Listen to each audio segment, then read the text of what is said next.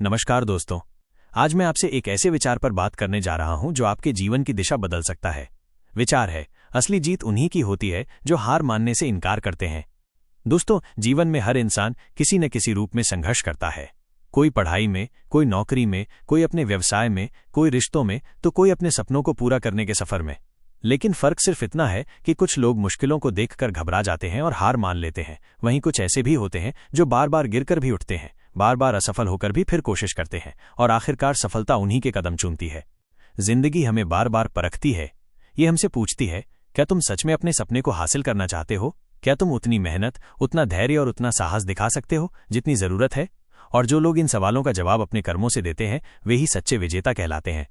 दोस्तों, इतिहास गवाह है कि जिन लोगों ने कभी हार नहीं मानी, दुनिया ने एक दिन उन्हें महान कहा। थॉमस एडिसन ने बल्ब का आविष्कार करने से पहले हजारों बार असफलताएं देखीं। लोग उनका मजाक उड़ाते थे, उन्हें पागल कहते थे, लेकिन उन्होंने हार नहीं मानी। उन्होंने कहा था, मैं असफल नहीं हुआ, मैंने बस 1000 तरीके खोजे जो काम नहीं करते, और अंत में वही व्यक्ति पूरी दुनिया को रोशनी देने वाला बना। माइकल जॉर्डन, जिन्हें दुनिया का सबसे महान बास्केटबॉल खिलाड़ी कहा जाता है, अपने स्कूल की टीम से ही बाहर कर दिए गए थे। सोचिए, अगर उन्होंने हार मान ली होती तो क्या वो खेल के इतिहास में सबसे बड़े खिलाड़ी बन पाते? उनकी जीत का राज यही था कि उन्होंने हार मानने से इनकार किया। दोस्तों, यही बात हमारे जीवन में भी लागू होती है।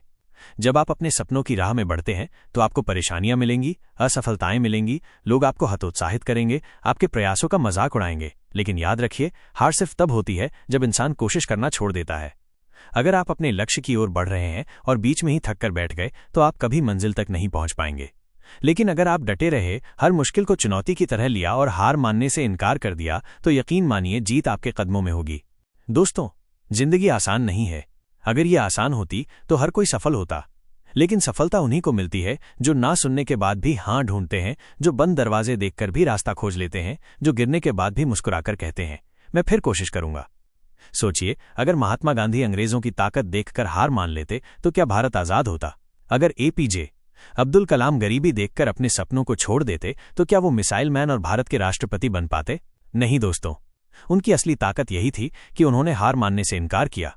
यही संदेश मैं आप सबको देना चाहता हूं। जीवन की असली जीत उन्हीं की होती है जो हार मानने से इनकार करते हैं।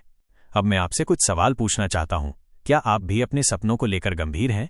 क्या आप भी जीवन की हर कठिनाई का सामना करने को तैयार हैं?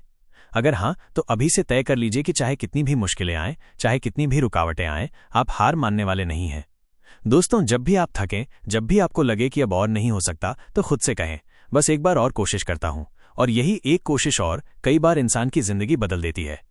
याद रखिए, सपने पूरे करने वालों में और सपनों को छोड़ देने वालों में बस इतना फर्क होता है कि कुछ लोग हार मान लेते हैं और कुछ लोग आखिरी सांस तक कोशिश करते रहते हैं। तो दोस्तों, अपने सपनों के लिए मेहनत कीजिए, संघर्ष कीजिए, असफलताओं से लड़िए, लेकिन हार मत मानिए, क्योंकि असली जीत सिर्फ उन्हीं की होती है जो हार मानने से इनकार करते हैं। अगर आपको ये संदेश प्रेरणादायक लगा हो तो इस चैनल को सब्सक्राइब जरूर कीजिए और इस वीडियो को लाइक और शेयर करना मत भूलिए। आपका एक छोटा सा कदम हमें और भी प्रेरणादायक संदेश आप तक पहुंचाने की ताकत देगा। दोस्तों, याद रखिए, हार मानना आसान है, लेकिन डटे रहना ही असली जीत की पहचान है। तो डटे रहिए, संघर्ष करते रहिए और अपने सपनों की ओर बढ़ते रहिए। धन्यवाद।